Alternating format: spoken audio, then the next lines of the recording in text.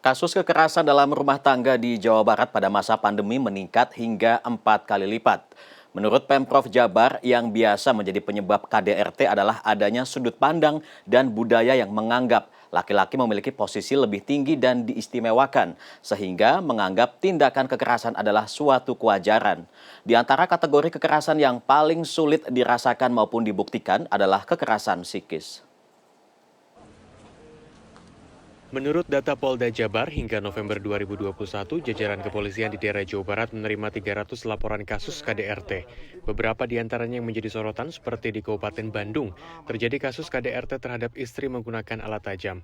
Di Kabupaten Karawang, ada kasus tuntutan 1 tahun penjara pada seorang istri yang sering memarahi suaminya, dan yang paling tragis, di Kabupaten Cianjur, kasus penyiraman air keras terjadi hingga membuat sang istri meninggal dunia.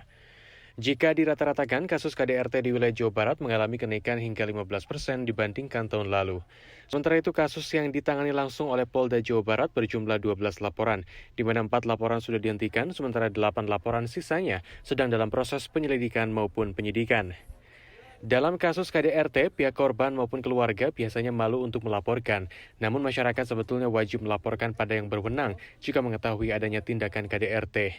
Berdasarkan alat bukti dan hasil visum, jika ada luka, ditambah dengan keterangan saksi-saksi, maka kepolisian akan menaikkan kasus KDRT ke tahap penyidikan, berkoordinasi dengan kejaksaan.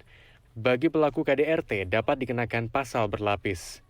Kalau dia sampai misalnya kekerasan fisik sampai menyebabkan meninggal dunia, tentu saja ancaman hukumannya di atas 5 tahun. Bisa kita juntokan dengan pasal-pasal dalam KUHP, misalnya penganiayaan ringan di pasal 351, atau dia sampai menyebabkan mereka meninggal dunia di 351 ayat 3, atau mungkin sampai ke kita kenakan juntokan dengan pasal pembunuhan 338, 340 bisa masuk. Angka kasus kepolisian ini lebih rendah dari data di Dinas Pemberdayaan Perempuan Perlindungan Anak dan Keluarga Berencana DP3 AKB Provinsi Jawa Barat.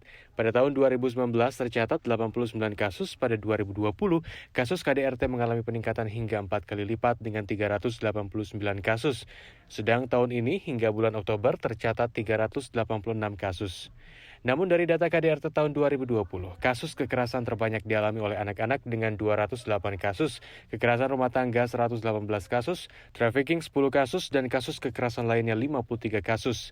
Menurut Pemprov Jabar, yang biasa menjadi penyebab KDRT adalah adanya sudut pandang dan budaya yang menganggap laki-laki memiliki posisi lebih tinggi dan diistimewakan, sehingga menganggap tindakan kekerasan adalah suatu kewajaran. Selain itu, di dalam KDRT terdapat beberapa kategori kekerasan, yaitu kekerasan fisik, kekerasan psikis, kekerasan ekonomi atau penelantaran, dan kekerasan seksual. Namun di antara itu, semua yang paling sulit dirasakan maupun dibuktikan adalah kekerasan psikis. Jangan ragu untuk bicara, karena itu sangat berpengaruh gitu ya terhadap masa depan Anda. Pada saat kita semua dalam lingkup kekerasan dan kita membiarkan terus-menerus, nah itu nanti kan traumanya akan panjang dan sulit sekali healing atau tadi rehabilitatifnya.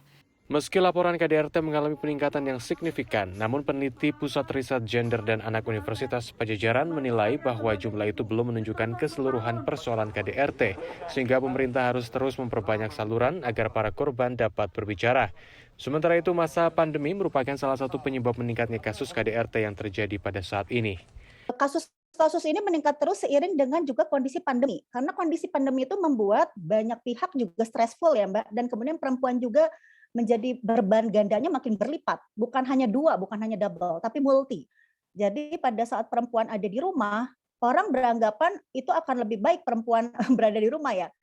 Betul kalau rumahnya kondusif ya Mbak, tapi kalau rumahnya adalah rumah tempat biasa dia mendapatkan kekerasan, kemudian pas COVID dia harus lebih banyak berada di rumah, itu kan menjadi problem besar ya, dia akan menjadi korban yang akan terus-menerus. Jadi makanya nggak aneh kalau meningkat, dan saya pikir peningkatan ini tidak hanya di Jawa Barat gitu. Bintari melanjutkan, keberanian bicara dalam menekan tingkat KDRT minimal pada lingkungan terdekat yang bisa dipercaya, atau bisa juga langsung melaporkan melalui call center yang dimiliki oleh pemerintah. Tim Liputan CNN Indonesia.